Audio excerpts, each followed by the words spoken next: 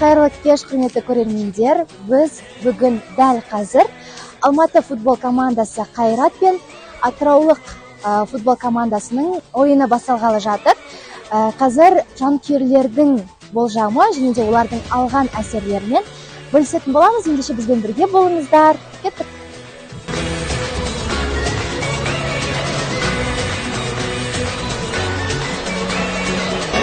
Дәл қазіргі атмосфераны айтып жеткізу өте қиын. Артта көріп тұрғандарыңыздай жанкүйерлердің қолдауы денені тітіркендіріп жатыр. Әзірше бірінші тайм соңына таяп қалды. Қайрат 2 гол соғып үлгерді, ал Атырау әзірше 1 гол.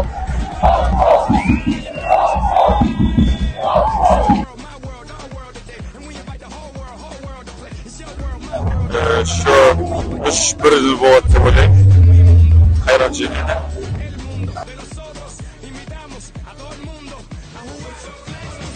Примерно 2017-тен бастап 5-6 жыл болды ғой. 13-14 жасымнан бастап.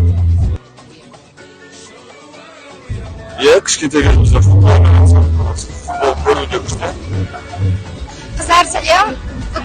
Бүгінгі ойынға кімге жанкүйерсіңдер? Қайрат футбол клубына жанкүйерміз. Жалпы осы Қайрат футбол клубындағы ең сүйікті ойыншыларыңыз кім? Данияр Усенов, 16 номер Адлет Садыбеков. Рахмет көп. Бүгінгі маусым шарттарында кім жеңеді деп ойлайсың? Қайрат жеңеді.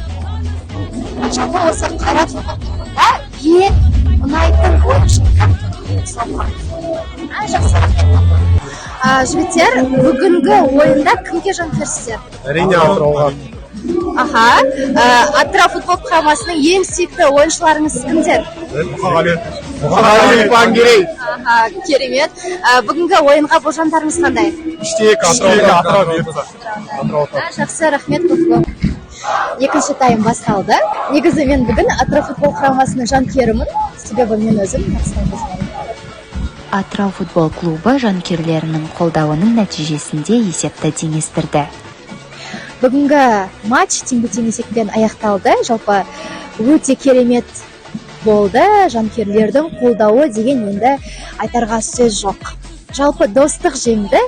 Келесі жақсы күндерде кездескенше аман сау болыңыздар.